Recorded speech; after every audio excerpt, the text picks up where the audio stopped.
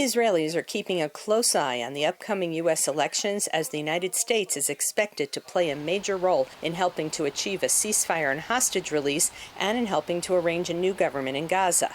Several polls in Israel show Israeli public opinion has shifted, especially in the past year. October 7th has mostly moved Israelis to the right. And so when they look at American politics or anywhere, they kind of see a left-right divide, and they're usually going to go to the side that they identify with more.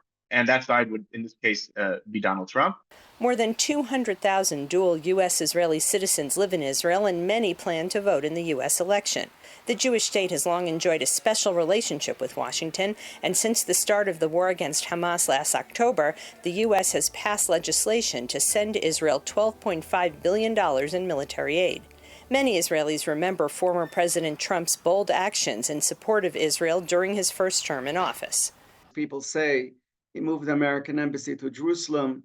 He recognized Israel's sovereignty over the Golan Heights. He supported Israel through thick and thin, especially in terms of its struggle with Iran. So there is an aspect of gratitude. Analysts say many Israelis also appreciate the support shown by President Biden since the Hamas attack on Israel on October 7th, despite protests of some in his own party. Biden visited Israel just days after the Hamas attack on October 7th, passed a massive aid package, and played a key role in defending Israel against the hundreds of Iranian missiles fired at Israel in April, while making sure that the attack would not develop into a regional war.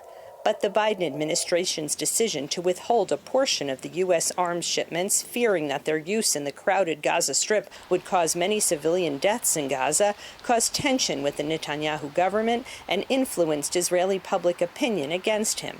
Joe Biden has given Israel a very long leash. We're more than 9 months into the war, and he has at no point said a ceasefire immediately now.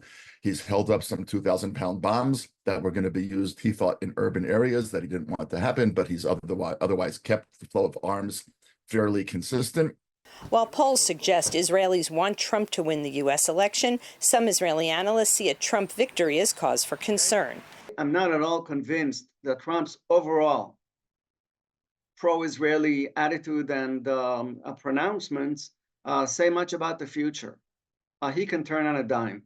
Prime Minister Netanyahu visits Washington next week. He plans to address a joint session of Congress at the invitation of Republicans in what some see as a partisan move by Netanyahu, much like his addresses to Congress in 2011 and 2015 in the face of opposition by then-President Obama and then Vice President Biden.